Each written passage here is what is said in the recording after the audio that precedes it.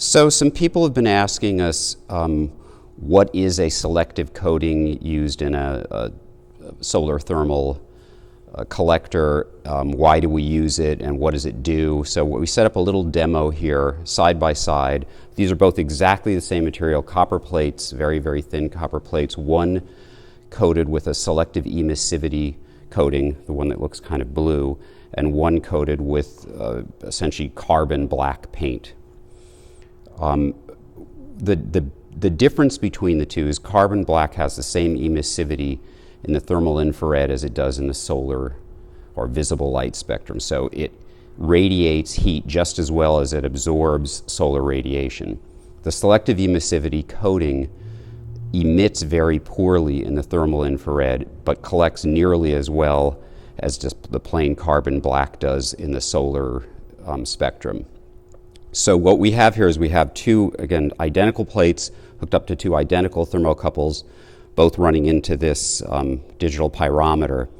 And I'm going to go back and forth between the two plates so you can see the temperature difference between the two, which is a result of the fact that this one is re-emitting much less energy than this one. The difference you're going to see is not going to be as large as it would be if they were hotter, but since these are just sitting out in the open, the temperature is fairly low. Anyway, the temperature is in Celsius. We're looking at the one with the selective emissivity coating now, 57 degrees Celsius. We're going to switch to the other one, and it's essentially exactly 10 degrees Celsius cooler. And this is all a result of the fact that they're both losing just as much heat from convection and conduction, but the selective emissivity coating is re-radiating much less heat.